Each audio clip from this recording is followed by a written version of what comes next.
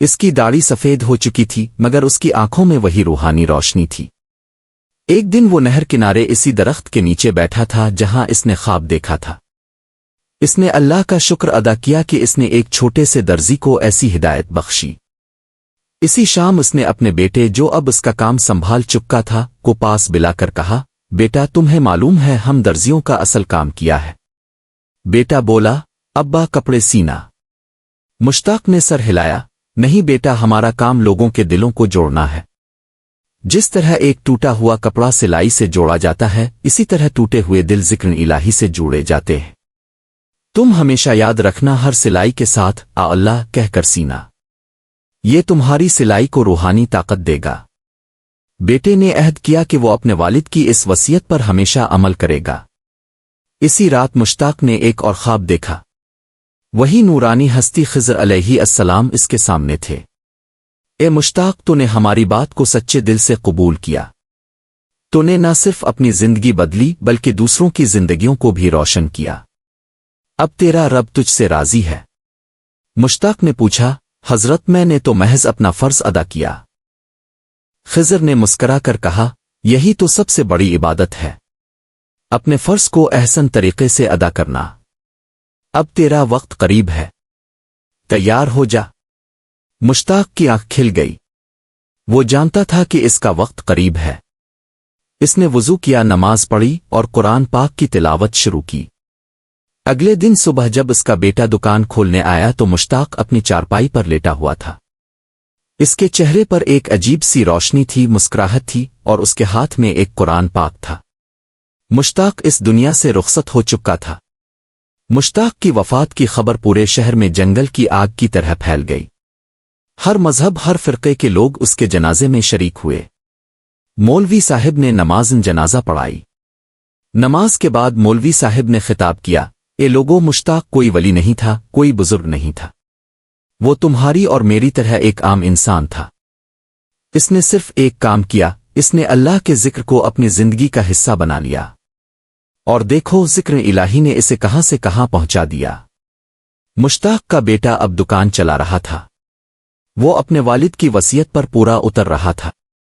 لوگ اب بھی درزی بابا کی دکان پر آتے مگر اب وہ مشتاق کے بیٹے کو چھوٹا درزی بابا کہتے۔ ایک دن وہی بوڑھی خاتون جس کا بیٹا واپس آیا تھا دکان پر آئی۔ اس نے مشتاق کے بیٹے سے کہا، تم بالکل اپنے والد جیسے ہو، تمہارے ہاتھ سے سلا ہوا کپڑا پہن کر ایسا لگتا ہے جیسے تمہارے ابا کی دعائیں اس میں سمائی ہوئی ہے۔ مشتاق کی دکان اب صرف ایک دکان نہیں رہی تھی بلکہ ایک روحانی مدرسہ بن چکی تھی جہاں سے لوگوں کو محبت، اتحاد اور ذکر الہی کا درس ملتا تھا۔ اور وہ نہر اب بھی بہتی تھی، اس کے کنارے وہ درخت اب بھی موجود تھا جہاں مشتاق نے وہ خواب دیکھا تھا۔ لوگ اب اس درخت کو او درزی بابا کا درخت او کہتے تھے۔ کوئی حاجت مند وہاں جا کر دعا مانگتا تو اس کی حاجت پوری ہوتی۔ کہانی کا اختتام اس بات پر ہوتا ہے کہ اللہ کے ذکر کی طاقت کیا کر سکتی ہے۔ ایک چھوٹے سے درزی نے ذکر الہی کی برکت سے نہ صرف اپنی زندگی بدلی بلکہ ایک پورے شہر کی تقدیر بدل دی۔ یہ کہانی ہمیں یہ سبق دیتی ہے کہ ہمارا کام چھوٹا ہو یا بڑا، اگر ہم اسے اللہ کے ذکر کے ساتھ کریں تو وہ عبادت بن جاتا ہے۔ اللہ کے نزدیک کوئی کام چھوٹا نہیں، نیتوں کو دیکھا جاتا ہے۔ ذکر الہی وہ طاقت ہے جو ہمارے معمولی کاموں کو بھی غیر معمولی بنا دیتی ہے۔ انسانیت کی خدمت ہی حقیقی عبادت ہے۔ اللہ تعالی ہمیں بھی اپنے ذکر میں مشغول رہنے اور دوسروں کی خدمت کرنے کی توفیق عطا فرمائے۔ آمین۔